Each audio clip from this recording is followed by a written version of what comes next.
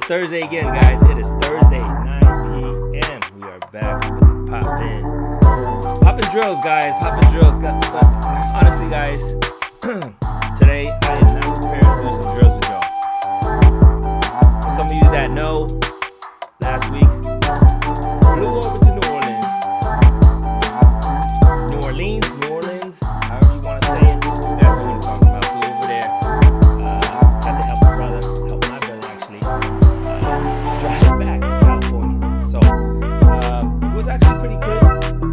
Everything was good. You know, there's no accidents or whatnot. But first day we drove to San Antonio, Texas. It was all good. San Antonio. We stayed at this Hyatt, and what was cool about it was that Hyatt actually shut down their pool and shut down their workout room and stuff. But they were connected to a I think it's called Lifetime Fitness. Lifetime Fitness. It was dope. Never seen a Lifetime Fitness here in California, but the one in Texas was nice, man. It was one of those. It was like the Bay Club equivalent. It's one of those high-end stuff. So you got this nice. The facility is incredible. I think it's like 2 restaurants. And basketball court. It's a really high-end gym. They got sauna, they got jacuzzi, they got steam room. Of course, I took advantage of it twice. Yeah. But then from there, from San Antonio, we drove all the way to El Paso, Texas. So there also we stayed at another Hyatt, but it was a little bit more run down there. Didn't have any connection with the gym, so didn't get to take advantage of that. And then from there, it was cool. Drove over to Vegas all the way. That was like a fucking 12-hour drive. 13-hour drive, maybe, you know? Yeah, we came to Vegas, man. It was cool. Got to connect with my boys, right? Jabberwocky homies, My Trick homie, Jedi Clan homie, Jughead homie, Michelangelo. Big shout out to you, brother. Always taking care of me every time I'm in town. We got Rolling right there, kicking it. So my brothers, man, you know, my brothers. Which one? Styles. We did our Twitch interview there. So I'm gonna have to try to bring that up so you guys can see. So sat down. Actually, so it was cool because Saturday we kicked it over at the Jabberwocky headquarters. So if you guys don't know, I mean, obviously the Jabberwockies are performing at MGM. By the way, I think they opened up last week or so. So they're performing. Unfortunately, they're off Mondays and Tuesdays, which means when I got in town on Monday night, couldn't see it. Tuesday, couldn't see it. But anyways, I left Wednesday, so couldn't see it. But it was all good, man. I got connected with my boy Kevin, KB, Bikundo, my boy. We connected at the headquarters. Of course, I can't forget Kid Rainin. He is obviously Jabberwocky, but also a Culture Shock alumni out of San Diego. So he was there. Good luck to him. He's heading out to Austin, Texas this Saturday. Maybe he's on the plane already. So I don't know. Safe flight, my brother. He's entering in a b-boy battle. So there you have it, man. You know, we still dancing. You know, at the age we are. They're a little bit younger than me, but still, they're getting down. They're still, you know, testing out their body. So all the dancers out there, guys, it doesn't matter what age you are, right? Just, you know, continue having fun and continue getting your body, use it as an instrument to be creative, right? So anyways, had a good time catching up with the homies and doing the live stream with Styles. So that was cool, man. So if you guys haven't check out Styles, he's on Twitch, right? What's up, Megan? I see you. So you're on Twitch. For anybody that's out there, that, you know, for some of my YouTube family, if you don't have Twitch, go find out what Twitch is all about. It's basically a great way to you know, get into live stream and stuff. By the way, actually, I'm gonna try to get into Clubhouse. Clubhouse, I think, is kind of cool. The way they have it is it allows people to kind of jump in and kind of, get into discussions and things like that. So I'm going to look into that, man. If you guys are, down with that, switch it over. I don't know, but I don't know too much about it. I just know that it's also another great platform for people to get together and get some discussion going. You know what I'm saying? So yeah, for sure, I'm gonna get my Jabberwocky family in real soon. I'm gonna do some interview for sure with Styles, for sure with KB. Let's get, we're gonna get Kid Rainin. I call him Rainin. I know everybody calls him Kid Rainin, but he's just Rainin to me, right? We got Joe. I didn't see Joe. Joe, where you at, man? I gotta go holler at you. So yeah, the Jabba Fee. I didn't see Fee either. So all the homies, Jabberwocky homies. I mean, dude, you know what's crazy? Here's the thing. I mean, these are my brothers. These are my younger brothers, right? I tell people, yeah, I'm proud of them. These are my younger brothers. I guess there's like a huge age gap in a sense that when people see them, right? I guess, what year was it when they did ABDC? I want to say, and somebody out there, correct me if I'm wrong. I think it was 2008 or 2009, the first season of ABDC. Anyways, that was 12 years ago? Something like that. 2009 was 12 years ago. 2008 was 13 years ago. So back then, right, when they blew up, they were already my younger brothers then, right? So now, of course, people look at them like, oh, they're the first one, OG, original generation. Yeah, they're OG, but they're not really OG because they look at other people, And same with me, right? I look at the people that are ahead of me; they're OG. But that gets me to another thing. We're talking about OG. What does it mean, right? When I first hear the word OG, there's two meanings, right? The original meaning, original gangster. Original gangster. That's a gangster. That's the terminology that people use for gangsters. But I think somewhere along the line, OG has this positive connotation as in like original, like the original generation. Instead of original gangster, it became original generation, which basically means like, hey, you are part of the original generation, like giving people respect when people call them OG, right? And I know Pete hears that. I hear that. So I think when people call him, hey, you OG. And I was with Pete when he heard it. Pete's like, no, I'm not OG. Because there's another connotation that I agree with him. Like when I hear OG, I always think of people saying old. Like, oh, you old. You know what I mean? And Pete's like, no, I know I'm older than you, but I'm not old. Like my style's not old. Every time I dance, it's a new, I create new stuff. So in a sense, like if you don't understand people's meaning, right? A lot of times you say we have a same vocabulary. We say OG. One person could mean it as a positive thing, like, oh, I respect you because you're from the original generation. Versus when Pete hears it, or if I hear it, some people say, hey, you OG, thinking like you old. Your style is old. You dance, the way you dance was like 20 years ago. And that's kind of disrespectful, you know what I mean? So like, I think a lot of times when we communicate, we got to really understand like, hey, some words have dual meaning and it's one is good and one is bad. So we really got to be careful how we say it. So anyways, on Tuesday when I was at the headquarters, we saw two of the younger homies, the Jabberwocky homies, right?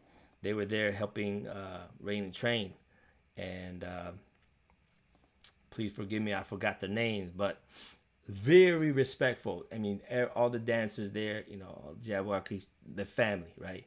But he said, hey, must respect OG, calling me OG.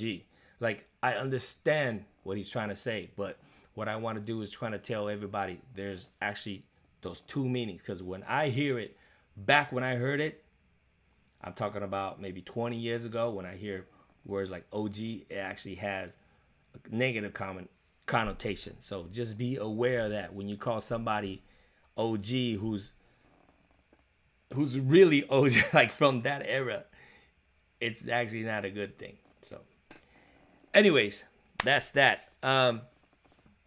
Guys, today I don't really have too much, man. I'm as far as like popping drills and stuff like that. I'm just glad that I'm back here, just chatting with y'all. I do want to say hi. I do want to drop in, to let y'all know we're back. I want to get back on schedule. What I'm gonna do again is during the day, because I tell you, when I got back yesterday, I was tired with what 4 days of driving. One thing I do want to share, and I hope you guys don't mind me sharing these stories because I'm tired. I was tired, dude.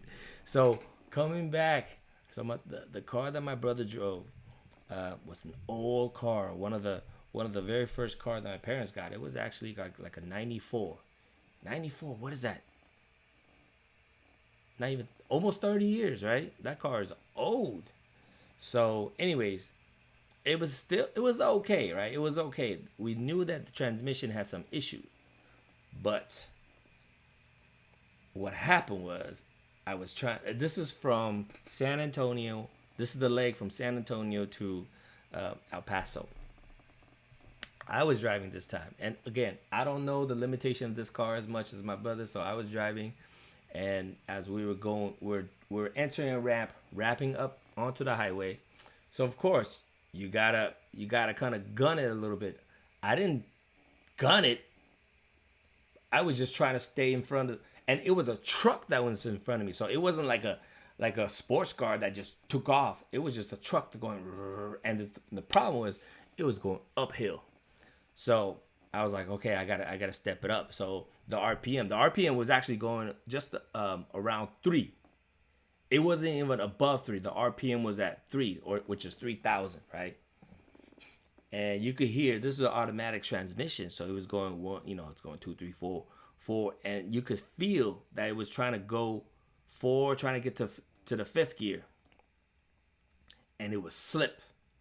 So it goes, it just kept slipping as I was going up. I was like, oh shit, something's wrong. This ain't right, It just kept slipping, and I let go of the acceleration. So then it went down to like 40, 35, but then it was okay around there. And then once I got onto the highway, then I started picking up speed because the highway was flat. We got there. I was on the highway. It started going faster and faster, and eventually I was able to keep like 70, 75 without any problem at that junction. But every time, there's a slight uphill, it'll slip down. At 60 or 70, it'll slip down. It'll slip, and then I gotta slow it all the way down to like 50, and then go up. So it was kind of scary. At that point, I was kind of hesitating. I was like, man, I don't even know if we can even make it to El Paso. But luckily we did. Luckily we just said, okay, anytime it goes up, we just gotta slow down. Even though there's some cars behind us, they knew to go around us.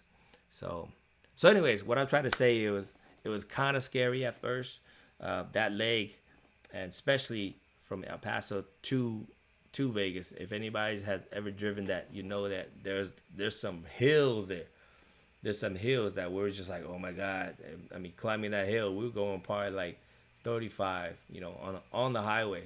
So we were trying to tuck behind these trucks. But again, some of these trucks are going fast too. So anyways, got home last night, and I think I got home maybe like around 6 p.m., right? Took a shower, slept at 7:30, maybe closer to 8, like 7:45. I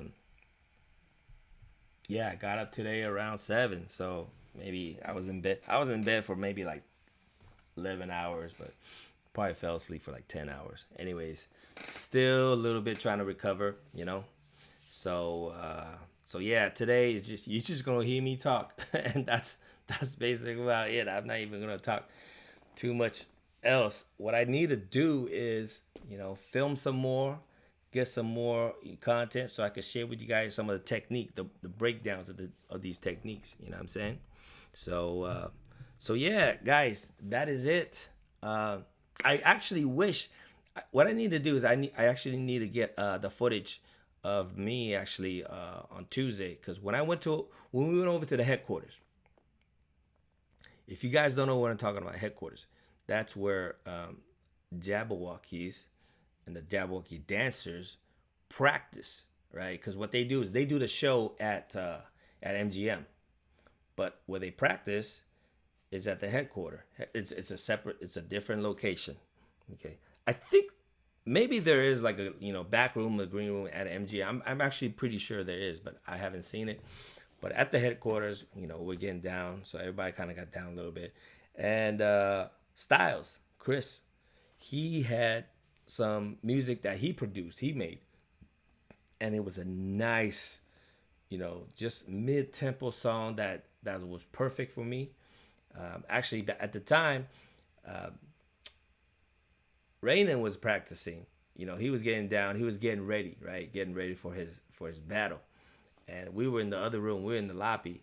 We, as in me, Kevin, Mike, and Romy, and we're just talking about life, talking about things, just catching up, right? Because I haven't seen my boys in years. So we're just catching up. And then I heard this nice beat. It was just, clack. It was nice. I don't even remember. I just remember the feeling. So I was like, ooh, that's dope. So I went in, and I was just watching the new dancers get down. Chris got down, Kevin got down, and then I was like, let me try this, you know. So I got down a little bit, and I think Mike, yeah, I know for sure, Mike recorded it. You know, sometimes, guys, when you guys are just dancing, it just feels good. Like nothing's rushed, you know. You're not thinking like, okay, ooh, I'm gonna do this move, you know. It's just like whatever, you know. And those are the best ones. Okay. There's no pressure to wow the crowd like in a battle. In a battle, at least for me, right? I don't think my battling level is high enough where I could feel like I'm just gonna do whatever. I think ultimately that's the best. Ultimately, like if you're talking about like people who are legendary, you know, there are moments where they feel like I could do whatever. I can't do no wrong. You know what I mean? There are moments when you could get to that point. And if you do that and bring that into a battle, and I think that's gonna be excellent. But for me, my level is not up there yet when I battle. I could get there when I'm not battling. I could get there when I'm just sessioning and just dancing with homies, especially with homies. I like what Skeet says when I dance. When he says when I dance, he says I dance for me, meaning him. He danced for himself and he danced for his crewmates or his teammates or his dance mates. You know, for the Boogaloos, right? So when Pete's there, when Sam is there, Sugar Pop, Wiggles, he danced for them. That's what he said to me. So I was like, that's cool. I like that philosophy, you know. But so many times we pressure ourselves to dance for the audience or the judges, right? So, and also like when you're in battle, you have what, 30 seconds, 1 minute, or whatever. So if you feel like, okay, you know, in this short amount of time, I better throw something in there that's gonna raise my score, that's gonna raise my value, and putting that pressure, actually, I think, like at least to me, has a negative effect because then now you're like rushing to get something out and not really trying to be with the music, you know. At least that's for me. All right. So if you guys also feel the same, you know, you could agree or you could disagree. Either way. But at least for me, I feel like when I don't feel any rush, you know, I'm catching the music nicely. I'm perfectly on beat.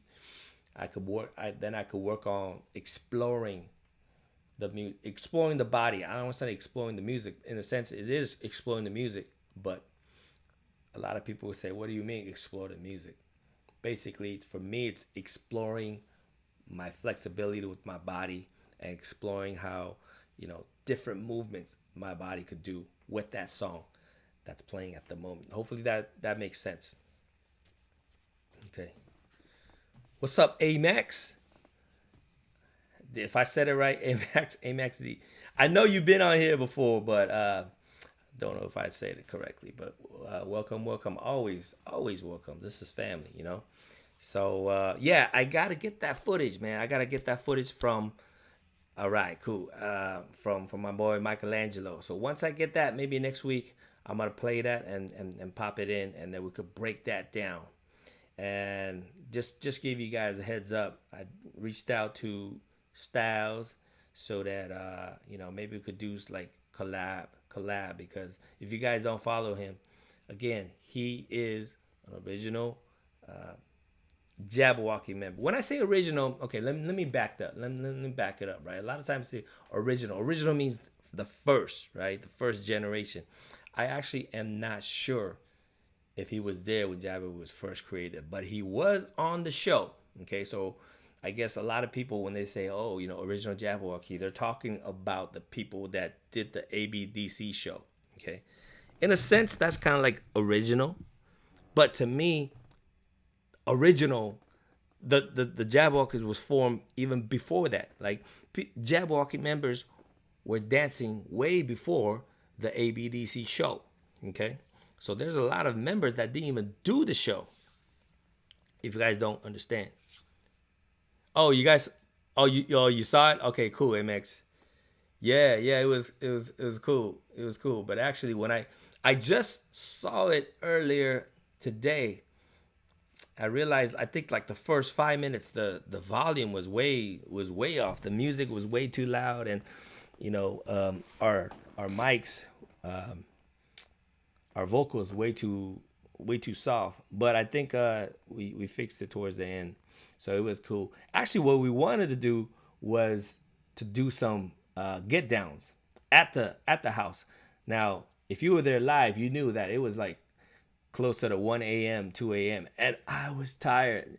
Mind you, I had been driving about like 12, 13 hours already. So I was tired. And as a matter of fact, Mike, the homie that drove me there, he didn't sleep for over 24 hours either. So Mike, excuse me, Mike was, again, shout out to Michelangelo, man. He's really, really one of the most generous dudes out there. Every time I go visit Vegas, he's always so generous with his time. He worked at inside MGM. Okay, he worked inside MGM, and he had to cover other people's shift. Originally, he was supposed to get off at 10. This is the night before. Originally, he was to get off at 10, and then he texted me. He's like, "Hey, I gotta work till 1." I was like, "All right, no problem. Don't worry about it, man. I'll see you next day." Next day, I called him. I was like, "Hey, you ready to kick it, right? This is 10 a.m. I'm assuming that after 1, he went home, take a nap." He said, "No, man. Other people start calling in sick." So he didn't even go home. He went straight. He worked all the way to like around 7 a.m. Got off, do his thing, and then he went over, picked up other homie, Romy. He went to pick up Romy, and then head over. So he didn't even sleep. Oh my goodness, that's Mike. So then the next day, I'm talking about the next day, we stayed up till about 2 a.m. So this guy, I don't know how he operated on that. And then Romy, same with Romy, dude. He said he woke up at 2 a.m. and couldn't sleep. So he stayed up all the way from 2 all the way to the next day. So it was crazy, but it was a blast for sure. It was a blast. It was fun kicking it with homies, catching up with Kevin. If you've seen it, you guys know who Kevin is, KB. This boy is incredible with his, when we say musicality, What does that mean? What does that mean to a lot of people? What it means to me is really understanding the different sounds, the different instruments of the music, right? So you have your, if we're just talking about the drums, right? You have your kick, right, which is the bottom. If you don't know what that is, if you take a look at the drum set, the big drum that's on the ground, and then when you kick it, when you hit the pedal with your feet, the lever that hits the drum, it goes. So it has a deeper sound. That's the bottom. Okay, that's the kick. So you hear the rhythm of that.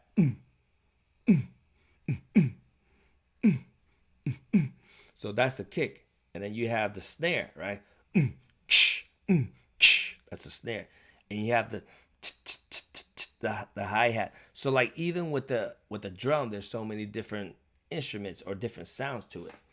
Of course, then you have your bass line, right? And then you have your guitars, and then maybe your keyboards, your strings, all the different sounds. As a dancer, you should be able to distinguish what each instruments are playing.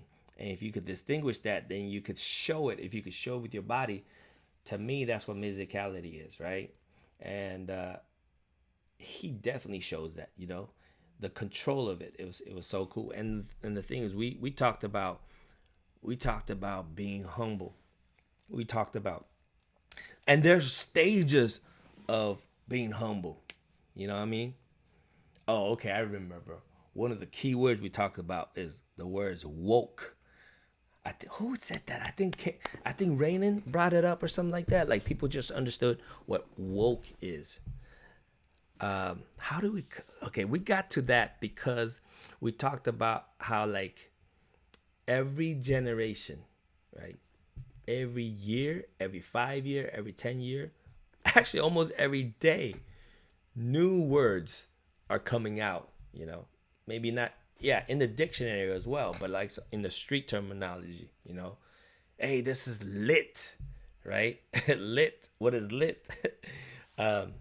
So we got to the word woke, and I was like, you know what? I think I know what woke is, but let me be humble and ask you guys, what exactly does woke mean? To me, what woke means is like, okay, hey, I think it means this, but oh, it means that. Okay, like there's like a different level of understanding. All right. And the thing about woke is to me, it's not like 0 to 1. It's not like I don't know what it means, and then I know what it means. You know what I mean? It's not black and white.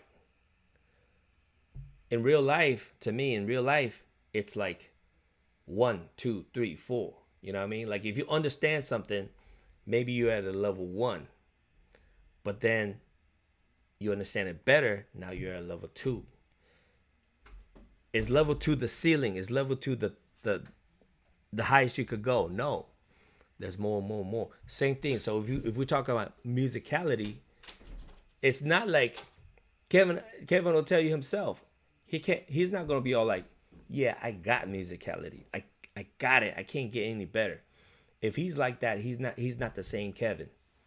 This Kevin that I know, the KB that I know, he humbles himself. He's like, hey, I'm always learning.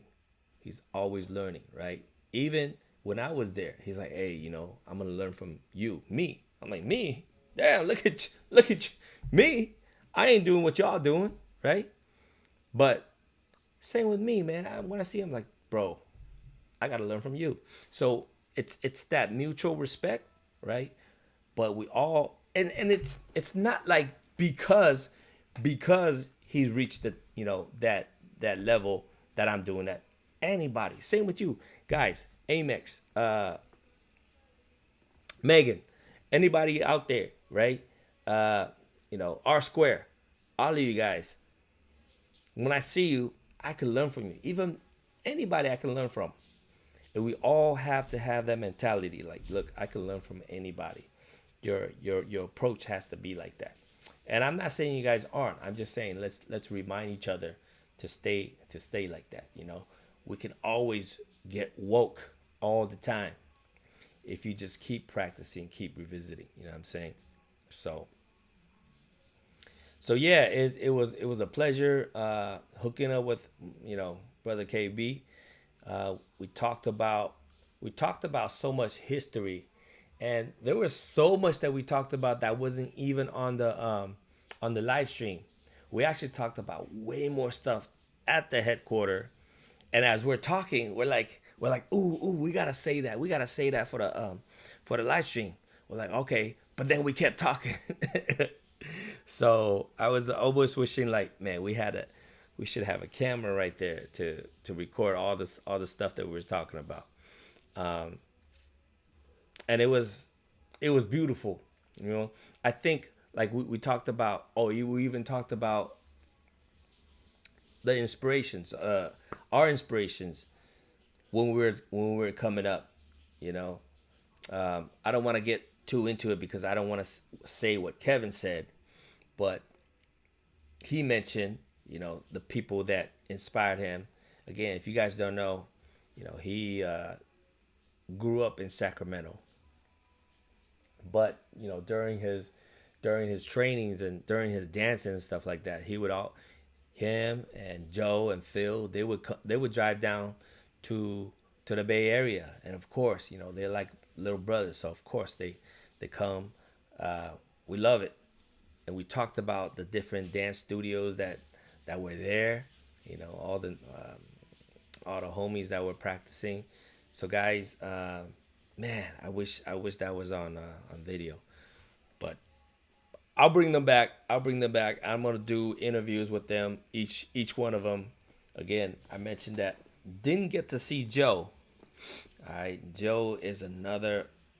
All of them, all of the Jabberwocky members, and you guys, if you're a fan of them, you guys probably even know more about their history than me.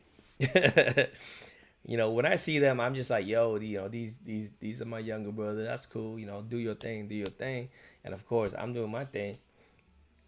But I do want to share one story before we head out, because I know I've been talking a lot, but this is what it is anyways. It's me talking. So I told Kevin, one of the things that I remember mostly was, so a lot of times when we practice, I'm talking about back in Mind Tricks days, all right? I'm not talking about Jabberwocky, because I never performed as a Jabberwocky member. I never claimed to say that. I claim that these are my brothers, because before they were Jabberwockies, they were Mind Tricks. Okay, so when we were Mind Tricks, this was at Dance Attack Studio. Dance Attack Studio. Elaine Pinto. She was one of the kindest people ever. She's this lady. She first took in Gary, and again, this is G1. G1 is what we call him after, but when we're together, he's always just Gary or G. I call him G, actually. Don't call him Gary. Yeah, first is Gary, but it's always G. What's up, G? Right? So he was hired by Elaine Pinto. First, it was out of Santa Clara. The first studio was Santa Clara, and that's where I first met G. But when it got big, most of the people started coming, like Phil, Joe, Kev. There are other Kaboom guys that came down too, but the one you guys know, the Jabberwocky ones, when they came, it was in Los Gatos. So Dance Attack moved to Los Gatos. There was another Dance Attack that's in Mountain View as well. So anyways, we're in Los Gatos, and most of the time what happens is, we'll be showing choreography. We, as in Gary's choreography. Most of the choreography is done by Gary Kendall. Okay, I did some of them, but most, I would say 80-90% of the stuff, because when Gary danced, everybody's just like, yo, that's dope, Gary. Can you show us that, right? So most of the time everybody's practicing stuff, but I do remember this one time. The song was by Will.i.am, and somebody else was teaching it, You know what? I don't know if Gary was teaching it, but I remember Gary was doing it, and I think, yeah, I forgot who was teaching it, but I know for sure Kevin was showing it too. So I figured in my mind that it was Kevin's choreography, and I confirmed it. And Kevin's like, yeah, I did it. It was dope. Like when I first saw it, and again, guys, I'm one of the older Mind Trick guys, right? And again, Kevin, Joe, and Phil, they kind of just joined Mind Tricks, you know, because before they joined Mind Trick, they were Kaboom, so it was a different squad, and you know they were dope. Don't get me wrong, they were dope, but they were like known as, you know, junior Mind Tricks, like among the crowds, like, oh yeah, that's little Mind Tricks, junior Mind Tricks, and they were still dope. Now when they came up, you know, my mind was like, yeah, you still little brother, it's all good. But then when I saw Kevin's choreography to that thing, like I looked at it, I was like, that's cool, you know. But in my mind, I was like, damn, that's like what Gary would do. So I was like, that's dope. All right, show it to me. How do I do this? And I remember trying to learn it, and I was like, damn, this is sick. First of all, it was sick. Second of all, I was like, yeah, I gotta practice. I gotta practice this because I'm not doing it, you know, like how Kevin was doing it. So immediately, man, we knew immediately these brothers are definitely Mind Trick, you know, material. And of course, you know, they took it. So much love, much respect to my little brothers. Of course, super proud of them. I mean, you know, not just the dance role. And again, for everybody out there listening right now, when you get to that level, dancing is the easy part. Trust me, it's the easy part. Okay, so in your mind's okay, then what's the hard part? The hard part is everything else. The business, right? Understanding. And the business is probably the biggest thing, right? Because if you want to make this your living, you gotta have good business partner, and also the ability to work with good people. There's probably some shady people, right? Unfortunately, that's true in every industry. So no matter what industry you're in, your guard's got to be up. Your ability to judge people. I know we're taught, hey, you shouldn't judge people, but if you're gonna be in business, you gotta judge people. You know what I mean? Like, we're not saying judge people in like a prejudiced way. We're talking about you gotta judge people if you're gonna be in a partnership, business partnership with people. All right. Again, I'm not Jabberwocky member. I'm not Jabberwocky core. There's business that they talk about a lot. Think about it, right? Just to brand that name. To brand the name. Right now, it's a big name, right? I mean, it's been a big name for many, many years, but you have to have the fortitude. You have to have the knowledge and the execution to go and brand your name. And you know, of course, you got to hire attorneys and all that stuff. There's so many guys. I don't know if you guys know, but I remember even before the ABC show, one of the routines that they did was straight up bitten, right? It was straight copied by a group in a different country. They did the exact same thing. They wore the mask. They wore almost the exact same costume. The music was the same. They did the exact same thing, guys. Carbon copy, exactly. And they did it in a show. Like, I think it was like a TV show in another country. And they claimed it. I don't know if they ever gave credit to the Jabberwockies for that. I don't know if they ever did. Maybe they did later. But I remember they did that. And it was like, yo, they straight copied it. Okay? So, yeah. The dancing part is the easy part when you get to a certain level. And this is true. I mean, this is so true. I don't know if I told them that about too, because this same thing happened to the Electric Boogaloos.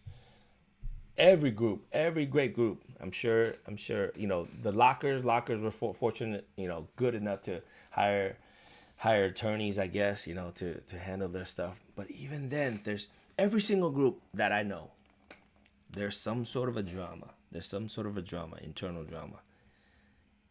Anybody out there that's listening right now, if your group doesn't have drama yet, you haven't been in the game long enough. Trust me. I seen so many students, so many groups out there. They're like, all right, hey, we're gonna create a group that has no drama. Good luck. If your group have no drama, you didn't make it yet. There's always gonna be drama. Now, what's the key? I'm not saying, hey, have drama to be good. No, no, no. What I'm saying is you gotta have more than just dance skills. You gotta have people skills. You gotta have skills to be able to communicate effectively, not just with your audience, but with each other. That's probably more important because there's gonna be people that goes, I'm saying people. There's gonna be dance partners, dance teammate, crewmates. That's gonna be like, yo, hey, put me in the front, right? Put me here. I look better here. I want people to see me, right? Maybe they're not that good, or maybe they are, but maybe they want to hog the center. Uh, whatever it is, and then if they're in the center, then the other person will be like, well, hey, why does this person get stage time, whatever, right? So if you're the director, how do you maintain peace? How do you maintain professionalism? That skills, that dancing is not. If you just know how to dance, you don't know how to handle that. You know what I mean? So there's so much to it, guys. There's so much to it. But everything comes at a cost. Everything has its price, and if you are willing to put in the work, then you deserve your award. So, all right, that's it, guys. I rant on long enough, and I think it's time for me to go to bed. Try to catch up a little bit more on my sleep. Gonna try to get more videos out again and break it down so y'all can hopefully get better and share with you guys. All right. So yeah, if any of you guys know more about Clubhouse, let me know. I'm not even a Clubhouse member. I think you have to be invited to be in Clubhouse. So what I understand about Clubhouse is very, very little. But I do want to get more into it, and hopefully it will be a better discussion, because I think it will allow you guys, to jump on and use your voice instead of just typing in. I know sometimes, like, when you type in stuff, if you're a fast typer, then that's cool. But even so, when you type it in, it's really hard for us to get the connotation, right? Because sometimes you might be saying something like with good humor, and when you read it, it might not be as funny. You know what I mean? Or if you don't mean to be funny and you type it, if we think it's funny, like, the whole meaning's kind of gone. So I think the way what's that thing? Clubhouse. The way Clubhouse works, it allows the audience to kind of jump in, and speak up with their voice. That's what I thought I understood, but I could be wrong. So, Megan, you mean you're slow in typing, or you? But either way, guys, thanks for joining me, and come back next Tuesday. Hopefully, I'm gonna have some footages to show you guys, and we'll get down. Okay. All right, y'all. All right. Have a great evening. Have a great weekend. Keep practicing, guys. Keep practicing. Okay. Film it for yourself. Study yourself. Let's get the dance part down, right? Make sure that's the easy part, and then you can work on the other part when you start forming a group. All right, guys, I am out of here.